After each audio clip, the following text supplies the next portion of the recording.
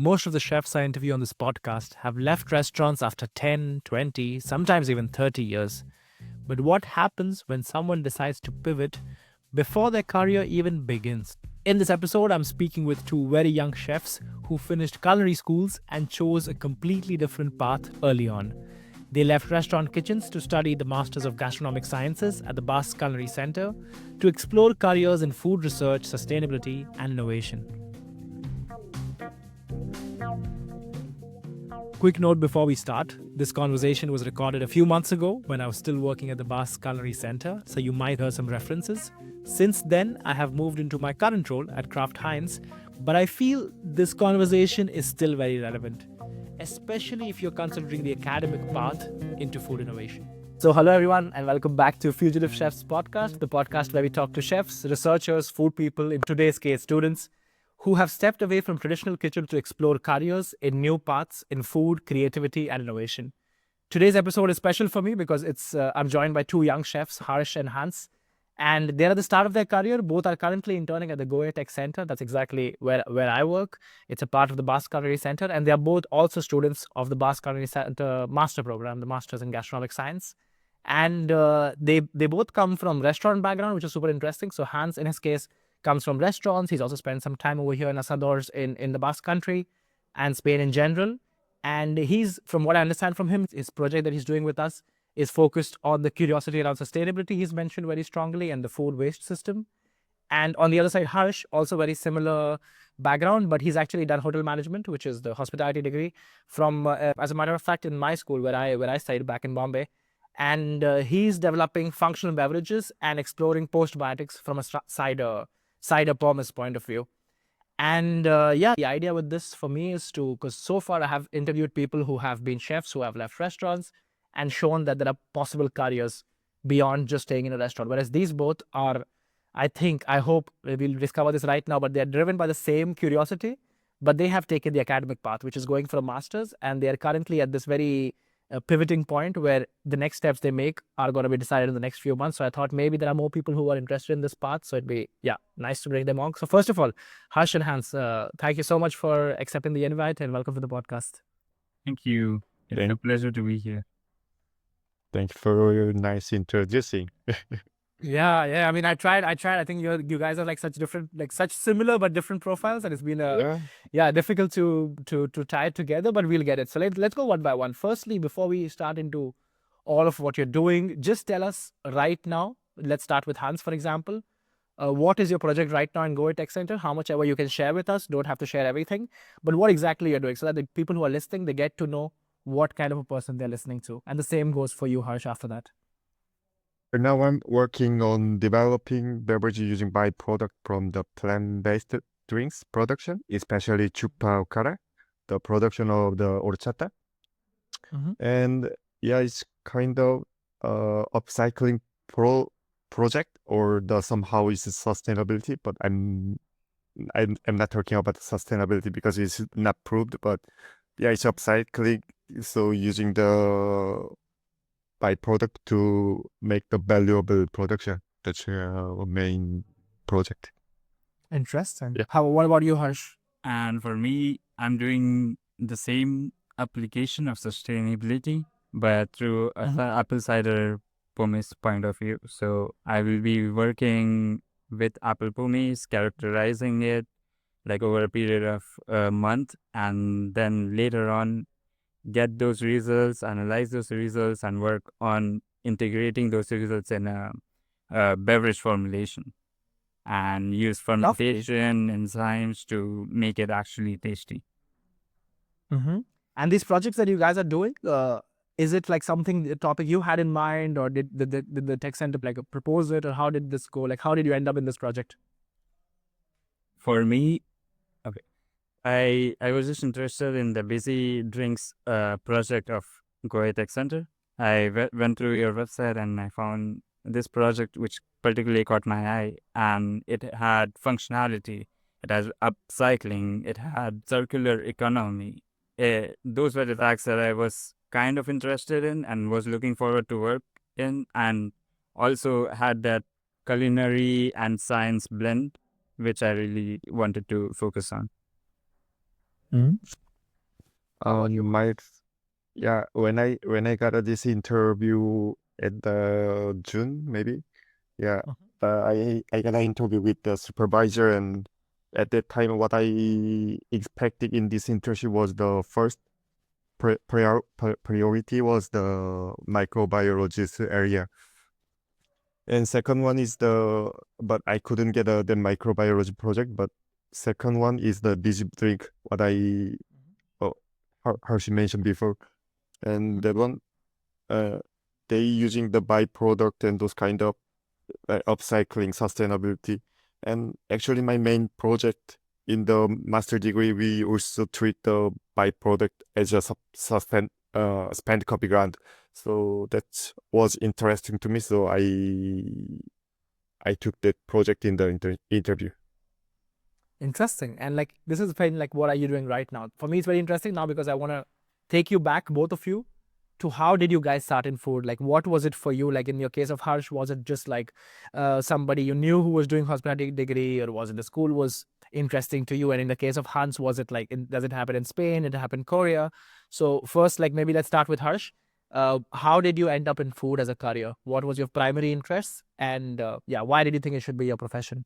Well, for me, it started off at a very young age, and like it was just around being in the kitchen with my grandmother, for example. That's how my interest for food grew. And like around like eighth or seventh grade, I decided that okay, I want to focus on culinary schools, and then I started looking for culinary schools in India, and I came across Institute of Hotel Management, the hotel management stream, which gives you a gateway to the culinary world, and applied for it. I got in, did the 3 years course, and that's how basically I started my culinary journey. How about you, Hans? How did it happen for you? Is it also same like education is a path in Korea, or what was it for you? Oh, well, yeah, the first connection with food was through play with my family.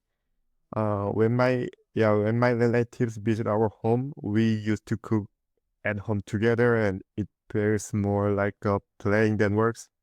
And so that the first time I realized the cooking and food can be something fun and something shared with people. And the culinary school actually, in Korea, we normally decide our career path in our high school, and Right. I did I didn't plan to become a chef originally, actually. But one of my best friend wanna go culinary school, and at that time, I didn't know what I wanna do. So Okay. I decided to follow him and start culinary school because cooking was a play for me. Yeah. But the funny part, he didn't get accepted to the school we wanted, but I did. So somehow that's how I end up cooking until today. But yeah, my parents also didn't forgive his dream either, and he also has his own restaurant in Korea, and yeah, now he's more than chef mate. Yeah. That's such a cool. No, I mean, you were inspired by a friend of yours, and that's how you entered, and then he ended up finding his own way. And this was an important question for me because I want to also show like there are many ways to get into restaurant or into food as a system, and also to show people the difference because you guys spoke both of you about. I would say if the people listening, the most of the people listening to this are people who are working in restaurants or people aspiring to be chefs, and they would not really relate profiles of people who wanted to be in restaurant or wanted to go to culinary school to be creating drinks. And for me, this is the So the beautiful part of like how this first idea that you guys had, like in Harsh case of being inspired by cooking with his grandmother, in your case of being inspired by a friend of going to cooking school, and today you guys are doing things which normal restaurant career unfortunately considers that it's for somebody else. It's not for chefs to do these kind of jobs. And again, I will ask you, Hans over there, like tell us about your first few because you worked at some great places, even if it's internships in the early stage of the career. Tell us about the places you worked, be it in Korea, be it in Europe, during through your school internships, and what did you pick up from there that is useful for you today? well, I also had a work experience in Korea and here Spain, and through this kind of experience, most of I enjoyed. And as I told you before, I'm not a very let's say passionate chef way, those kind of area. But I enjoy the service and I like the cooking. I still love cooking. And though there is couple of reason what I take away from the kitchen, Right. or like a far away. There is many reasons. The biggest one was the work schedule for me. It was very hard Yeah. for me. Yeah, Mhm. at that time And this is like Korea or Europe or in general? it was in the Europe, in the Spain In Europe. at that time. Okay. Yeah, And at that time I was which restaurant are we talking about? no. I think it's general because In general. so yeah, about Michelin especially, it's more Mhm. time. There is no more time, but there's no more free day. But in the normal work, like as a chefs, they don't have a weekend because weekend for the chefs is the main work day, and Monday, Tuesday is the free day for the chefs. And yeah, that's the main reason. And at that time, I was in the relationship and not being able to spend weekend with my partner, and that affected me a lot. And I realized that if I stay kitchen and weekend would never really belong to me. Yeah, it's like kind of very dramatic, but I feel like that. So those kind of things slowly push me away from the restaurant work, and then make me switch the work in the environmental research or other area. And yeah. Okay. And when you I was very curious because Hans, you mentioned the word passion, because I'm very curious, like what do you mean by that you don't have passion? What does it exactly translate into? Like when you compare with somebody who you say, because in your head you have this image of somebody who has passion and you're not that person. for What for what me, do you mean by that? Like you're not ready to do the hours or you're not ready to sacrifice, or what is it? for me being a chef, it has to be have a very passionate to the work, like a loving to cooking, like yeah, literally loved cooking. But I also do love my cooking, but I I wasn't love that much. I didn't have that much love to cooking Yeah. to sacrifice my entire life, entire weekend, and for having time with my family. In fact, my colleagues, because I came from the culinary side and I had so many chefs around me, and I can tell how much they have the passion in their works, so that I could say I don't have a passion compared that guys. No, I mean it's interesting to hear from me, and of course it's my perspective, and I'm nowhere to give you advice, but for me, how I see this, Hans, is that how you mentioned the word passion. That's why I asked you to understand more exactly what you mean. And what I see over here, and which I see with many young chefs, with myself also a few years ago, is that I feel we confuse that if you are not ready to sacrifice, you are not passionate enough. I feel like you can be passionate, and if, for example, with a partner or with your parents, like you can love your parents, but doesn't mean your parents can abuse you and you still love them. It has to be like Yeah. it, that if there can be passion, but if the thing pulling you away is because you can't spend your weekend, or you can't, or you're doing too many hours, it should be completely wrong to be able to be abused like that, because we have normalized so much that you have to work so many hours that the people who do it, you see them like people who are passionate, but actually there are people who are being abused and not drawing the boundary. But that's my perspective. People can think something else, but that's what I feel like. You should not have to need passion. If you like your job, it shouldn't ask you for more than what you're supposed to do. I feel it shouldn't Yeah, make you like push beyond your own boundaries. yeah, I totally agree about that. It's kind of priority. What is the priority in your life? Work or shit or family and those things. Yeah, for my priority is like my life, then cook. For the reason I choose my this. Yeah, that's completely correct. It's nice to stand for this. Right. And it's super interesting. And going to you, Harsh, like how was it on your side of things? Like growing up in India and then having this thing that, okay, I want to go to the hotel management school. What was your first exposure to restaurant kitchens during your industrial training, or what was it like? Well, you know that we have industrial trainings as a part of our curriculum, and through that, I got my first professional kitchen experience. And there I interacted with a few chefs who were like a few who were in their early careers, and few who were like had been in the industry for 20 or more years. And I talked with them, and everybody seemed to have their passion, but they felt kind of stuck in that loop of just going through the same thing over and over again. And they felt kind of saturated in terms of their passion and creativity.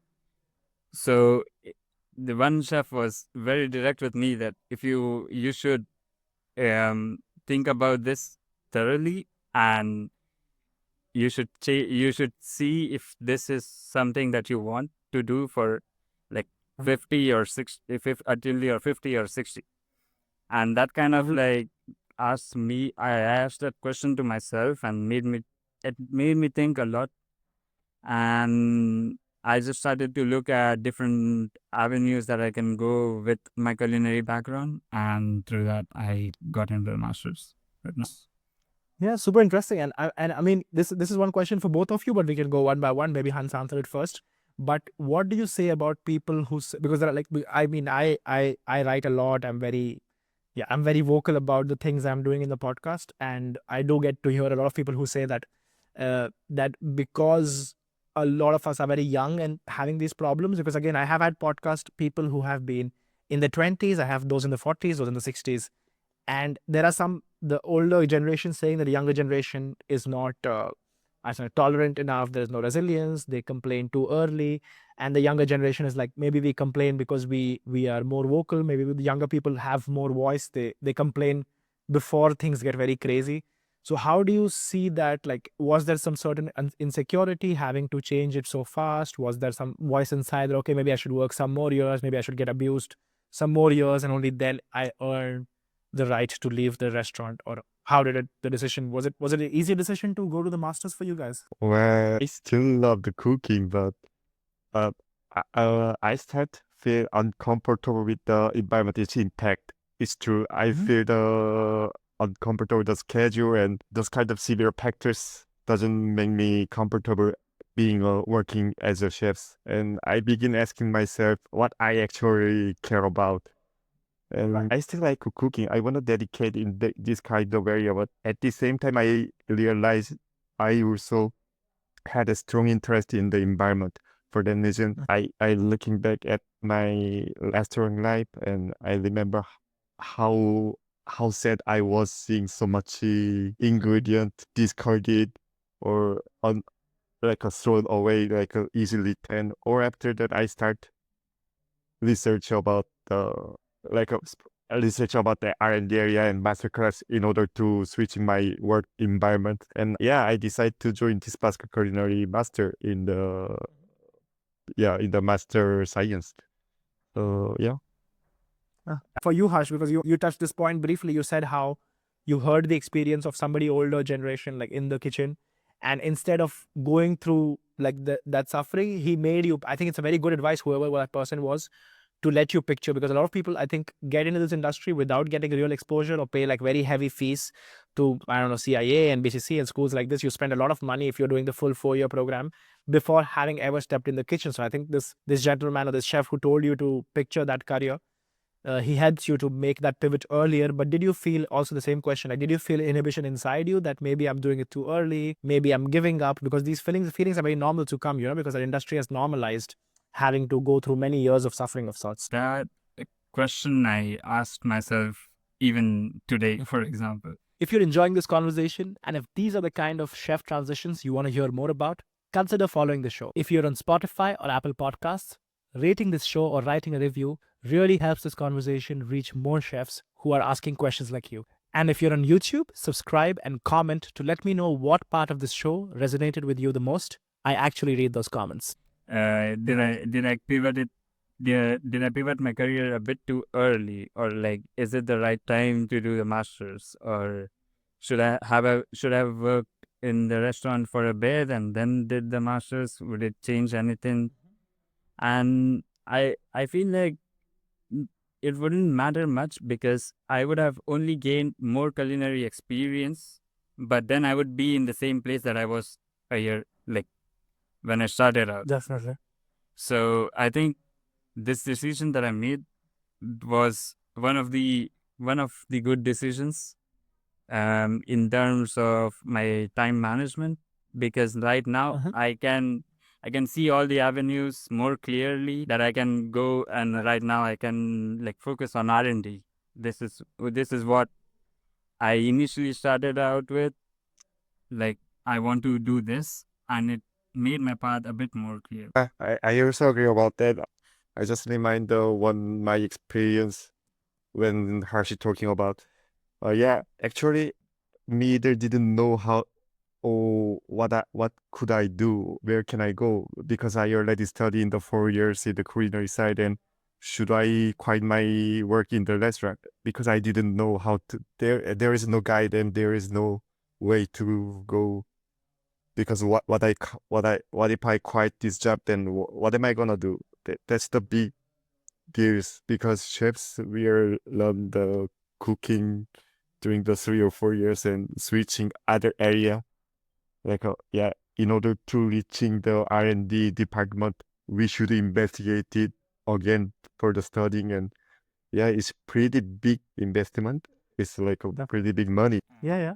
And what other options were you looking at, Hans? Like first of all, how did you come to know about the gastronomic science program? And what other options were there? Because of course you also have the classic food technology degree. You have a lot of technical degrees also to get into R&D, So like, and how did you know BCC? What other options you had, and why did you choose BCC? Actually, I also had one other option as a cooking instructor, because I'm doing the Korean cooking class in the Korean language school. Okay. And yeah, that I think that was the motivated. It was the motivation to switching my area to another area, because I really enjoy the cooking instructor works. It's true, the cooking instructor work also only Saturday, Friday, and Saturday, Friday also I'm busy working in the restaurant, and I couldn't make the schedule for this one. So I was a struggle, but I found the one really passionate in my cooking area, but I couldn't make the time because my current work, and yeah, it was one option, and I'm still doing the cooking instructor. And another option is like going back to Korea and do my business, Korean restaurant business. It's like pretty same money, like a balance, thinking about investigating my life for the study and or open my restaurant. It's like a same amount of money. Similar investment. Yeah. Yeah. So I was Interesting. measuring, but at the end, cooking work is same cooking works. What I open my restaurant, I'm gonna same sacrifice my time the whole the weekend, and like those kind of cooking work never change it. So at the end, I just choose the research works. How about you, Harsh? How did this happen for you? I was searching for masters where I was actually searching for masters when I came across it. One of my friends, he mentioned Basque Culinary Center as for their culinary courses and not the master in gastronomic sciences one. And while I was going through their catalog, I came across the masters in gastronomic sciences, and it resonated with me because it not only included the scientific aspects or the technical aspects of about food, but also like sociocultural and the business, and like it basically opened up more perspectives. And that was also something that I was looking for. Not R&D was my main focus, but like looking through different lenses was something that I had in mind also. So R&D, but not only like do through a lens of sustainability or functional foods or like Interesting. vegan industry. Harsh, tell us about, like, now that you've started about the course, to explain somebody who's listening, maybe they're interested, they don't even know a Basque Culinary Center is possible, and they're maybe interested, like, okay, these guys sound like interesting. This is how I would like to pivot as well. Tell us about the course, what it's like, and maybe Hans can fill if you miss something out. All right. So a 1 year course that has basically bits and pieces of everything related to food. So first we learned about the scientific aspect about the food, like foams, gels, emulsions, And then we went into the sensorial aspect of food, like understanding statistics behind when you do certain sensorial analysis. We understood that. Then we moved on to social cultural effects of about food and how different um, cultures see food, how different social norms are attached towards food, around food. Then there was one aspect which was knowledge transfer. It was basically how to effectively communicate your findings and like make it into deliverable results, or like results that you can actually present out. And there was a small business boot camp for a week where we actually developed a whole business, right from the um, like every right from the scratch, a business that is done from scratch. And we had a few projects with industry leaders like Jubilant. We had one project with D Stage, which is a Michelin starred restaurant in Madrid, and more projects such as there was one which was a fanzine. We had to make a fanzine when we were given a specific topic, and we had to create a fanzine. Yeah. Now, Hans, you tell us about like from your perspective, what was the masters like, and like what were the highlights for you of the masters? Something that maybe Harsh, because Harsh just covered the subjects. Maybe you have something to share about the masters. Yeah, literally, he mentioned all of the program project about the master. So yeah, we was able to explore many different fields. But however, since we touched so many areas, I sometimes feel that it didn't develop deeply in just one focus area. Because in my case, I really interested in the microbiologist, and we also had a microbiology subject, like enzyme and those things, laboratory practice. But it wasn't enough to dedicate those kind of area as well. Yeah, it's the opposite. It's like a side. It's like Right. dark side of this master. Yeah, but did you know very clearly because you say like you came and you knew, did you know you wanted microbiology when you entered the masters, or did it something you during the masters you evolved to understand it? No, yeah. During this master, I got interesting. I knew that I want to dedicate in this kind of microbiologist area because fermentation involved the microbiologist, and most of food very involved the microbiologist. And it was very interesting to understand the deeply how the fermentation works and how their control. Yeah, deep dive and compare the microbiologist masters than gastronomic science.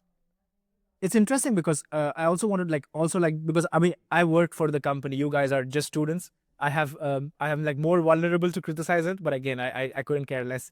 But for me it's important because I mean a lot of people could be interested in this masters, and I mean this is a free for all platform, so I want to share the reality of how things are, and I think there are a lot of positive parts. I've been a part of, like also like you have great the guest lecturers, for example. You have great people coming in who have a lot of resources, but I want to understand when both of you sign up for the master, how much, like if you had to give a percentage of like this much of my interest was into getting a job into food tech or into R&D, like how much of your interest was to get a career related? Because there are a lot of people who go to masters, like if I go tomorrow for a masters of Arab history, I just want to learn Arab history, but I don't want to really get a job into be a historian in Saudi Arabia. So how much of your interest was getting a job into a field Yeah, that you like? I, I think that's fair enough. I also consider those kind of worries when when I choose this master, because the important things after the master career, not what I'm learning in the master.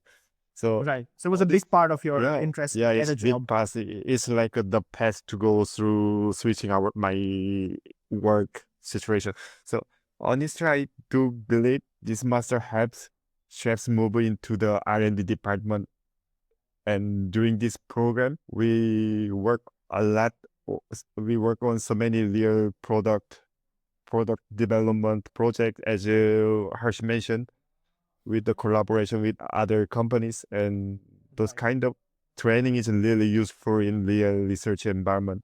And I before start master, I didn't know, I had zero knowledge about those kind of areas. Okay.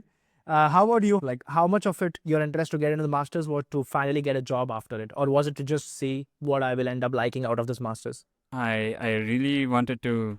My main focus was to complete the masters and get a job after A job. finalizing a certain stream, because at the end of it, I wanted to like finally focus on something, because I already had shifted from a culinary background to a food tech one. Right. And then from a food tech one, I didn't want to pivot more and just get a concrete step in and find a job. And it is kind of in process. I still haven't found it, but I hope so. Yeah, I mean, it's interesting for me, because I ask this question because, like, actually, the website, it says currently the professional outlets I'm reading it is like manager of gastronomic ecosystems, food laboratory manager. The word manager surprises me. Research chef and R&D departments, manager at food industry multinationals, technical in charge of developing new food products, head of R&D at food companies, How many? researcher in How food many stuff, of them? manager of a business in Horeca channel, manager of international gastronomy and science congresses. So all these professional outlets, how realistic are they? Like, can you study this masters and become a manager at a food industry multinational, like at a unit? You will be a manager at a Unilever straight out of this masters. Because I've spoken to your professors and my colleagues who also give you classes. Some of them of the opinion that the masters is not for giving you a career. The masters is just you already have a career, like maybe you're a biochemist and you come here to get a master, and the job will come from your bachelor's, not from your master's. How much of, like, do you really believe this? The jobs I read, are they translatable from the master's directly? Not directly, I would say. It might give you access to an entry level position. Like for me, I would say it would give me an access to working in a lab, a food lab, on a junior level. But going directly to a managerial level is a big stretch. Yeah. Yeah. What do you think, Hans? Like, because I guess you guys are also like job hunting. So what are you like? Yeah, I also agree with the Harshes. Yeah. It gives you like a foot in the door. Yeah.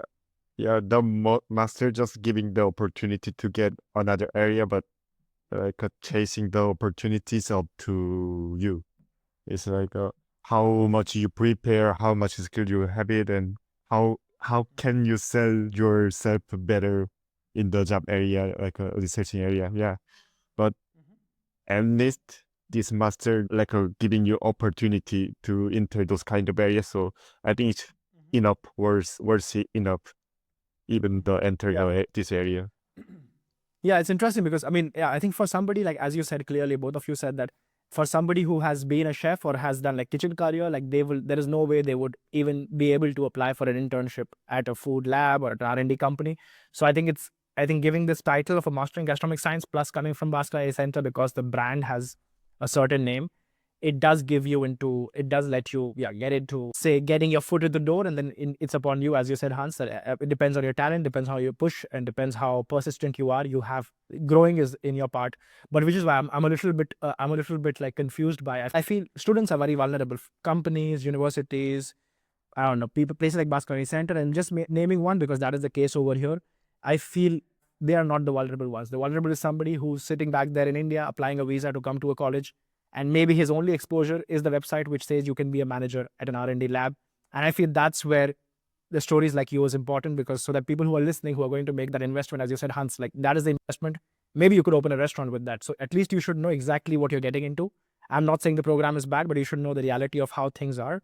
And maybe that makes you push harder, or maybe makes you like be more aware about circumstances, But to get into more operational things, like what are the basic requirements for this master's, or like how was the procedure? Because you both come from non-European countries. So I think for me, that's also very like interesting aspect, like how was it for you, Hans, to get into Basque Culinary Center, the visa or the requirements, the paperwork? How was it for you, Hans? Well, for me, actually, I don't have any problem to get the visa and to get this kind of master, because I live in here already. and I worked here before, so for me it doesn't have any problem.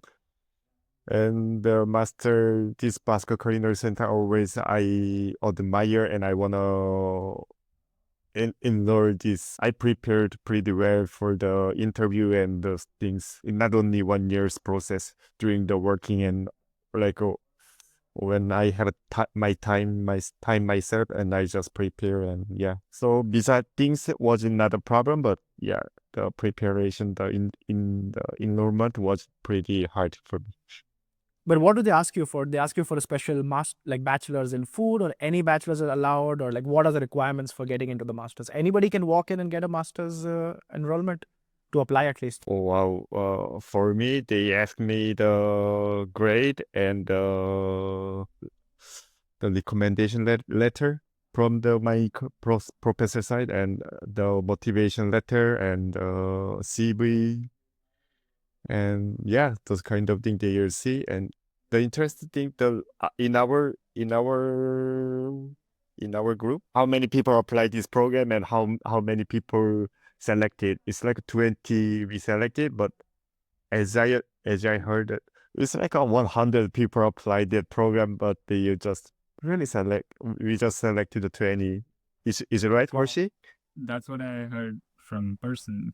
Yeah, it's interesting. It's interesting numbers. I do not know how real these numbers are, but it's interesting to know that they have like a process. They take your paperwork, then they interview you, and in your case, Hans, you were preparing for it, and it was the visa part was not a problem for you. How about you, Harsh? How was it like, document wise or requirement wise? But again, the bachelor's in India is 3 years. It's not the normal one. So how was it for you? For me, I had to do a lot of paperwork, especially translating my documents in the ECTS, the European Framework for Grades, and we had a totally different system for grading. So that was first hurdle. Then second hurdle was to with the basic interviewing steps. We had a group discussion, and then we had a personal interview session. And after that, I was put on a wait list, and then I finally got the admission letter for coming to the master's. But by that time, it was already too late for me to apply a visa, because visa procedure takes like a couple of months.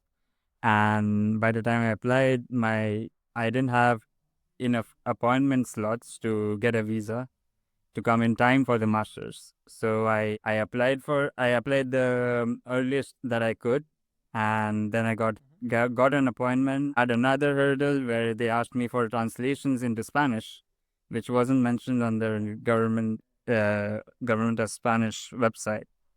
So I had to reschedule an appointment, get another one, and that went through, and I finally got my visa, and I started a month later than everybody. Oh, yeah, interesting. I mean, it's quite a hurdle. I mean, I can understand, totally relatable. And again, this year they have like 3 or 4 Indians in the masters, so it looks like the visa is tough, but there's no stopping from Indians to come over here.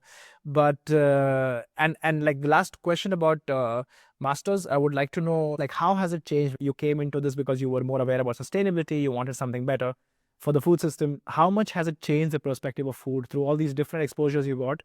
Is it different the way you look at food right now after, like, towards finishing the masters? Yeah. For me, I just came with one mindset that I want to get in R&D, but then I got to meet so many interesting people like Charles Michel, Carlos Velasco, and Johnny Drain. These are all very interesting people, and getting to learn from them, it was really nice. And then it changed the way that I perceived food, I would say. And then it also like, oh, these are the options that I also have, which I didn't know before coming here. And that I think is one very good aspect of the masters, that it gives you the connection and also educates you about this streams that you don't usually find on the internet, or information on like your bachelor's or something. For me, it was completely different from the bachelor's that I studied, because it was more business focused. And Of course. and going, like, learning about food through culinary, they would only teach you how to feed the restaurant system. and not think in innovative research kind of way.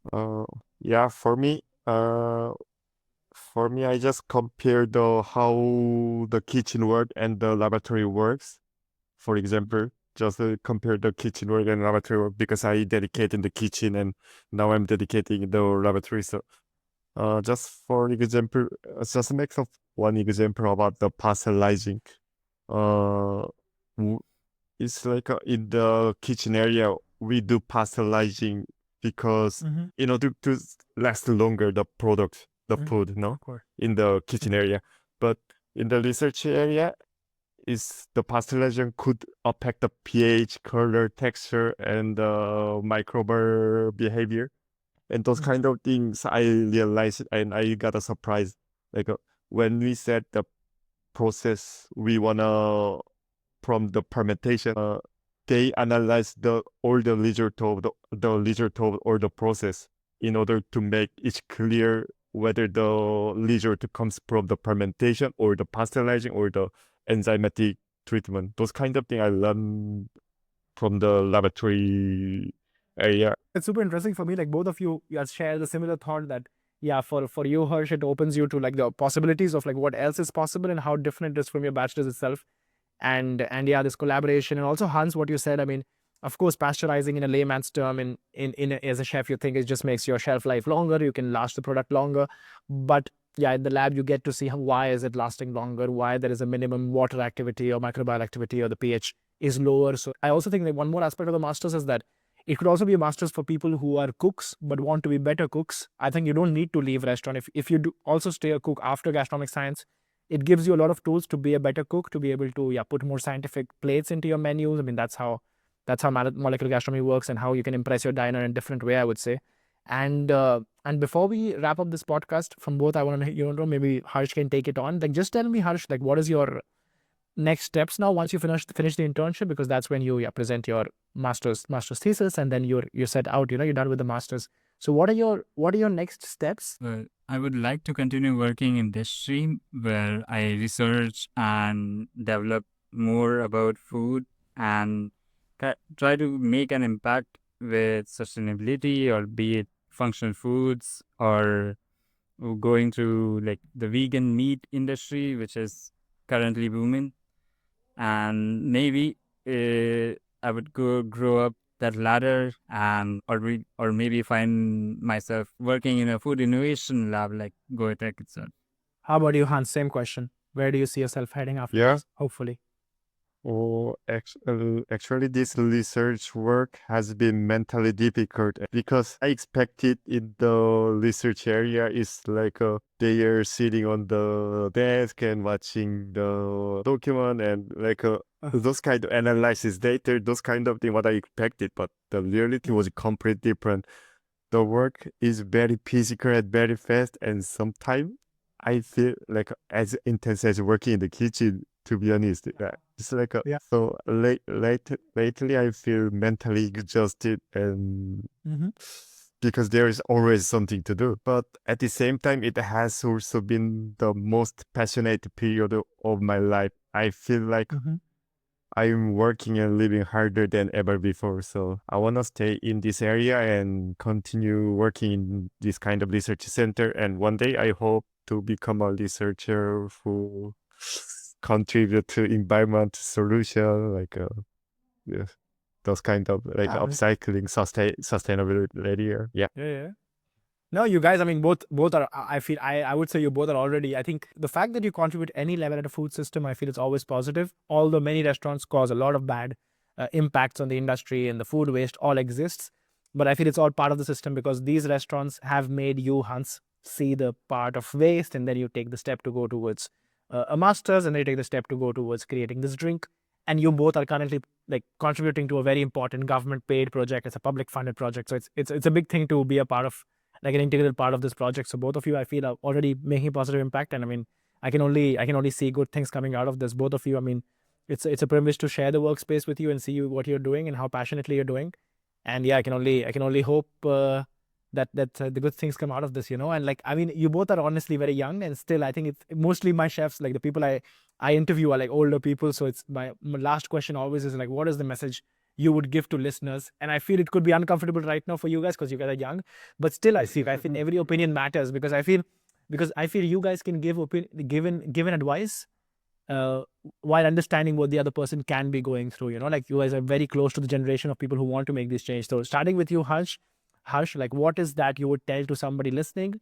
Maybe it is somebody sitting back in India or in Korea, and they're also like working in restaurant. They're also like kind of burnt out, seeing things that they don't want to contribute to, and they want to make this shift. Maybe they want to do masters, and maybe they want some other path. But what is it that you would tell them? You know? So yeah, for the young cookers, I can understand their doubt because I also was in the same situation. So I would like to say if someone, again, it's all about the passion, but if someone is unsure about becoming as a chef, I would suggest looking at other way of working in the food, with the food, and not only restaurant in the restaurant kitchen. Because as I already before told, being a chef is really hard, even for the people who have the very passionate and confidence about them. So if you're already unsure, then well, first I think it's important to have a experience the real work about the job, because who knows if you will enjoy this job.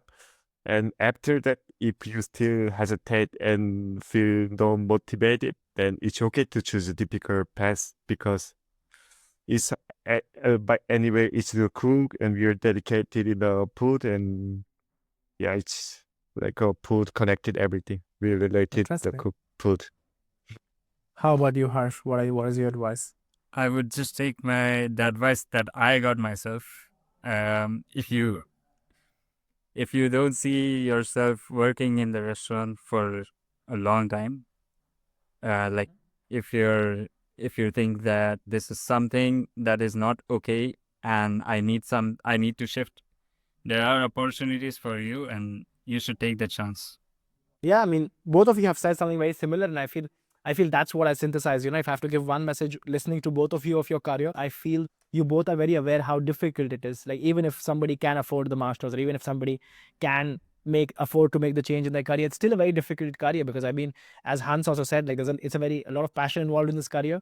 So it's difficult to say no to something that drives you, and then at the same time know that the best way you can be in that system is by doing something else. And I will repeat Hans's words, like it's okay to stop something that doesn't make you feel good and still be able to contribute in a bigger way, in a much bigger way through working in the food system, maybe developing a drink, maybe making innovative dishes, maybe writing books, maybe documenting stories, maybe writing research papers.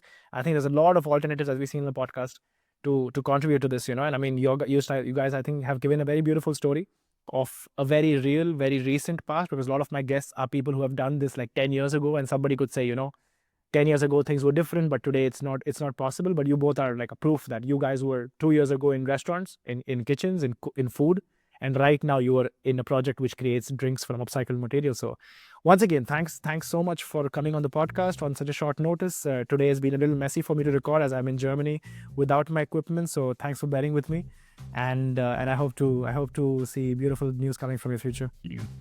Thank you, guys. Thank you for this platform, for giving us the opportunity to speak. Thank you. It's a pleasure. And if this episode helped you think differently about your own path, share it with another chef who might need to hear it.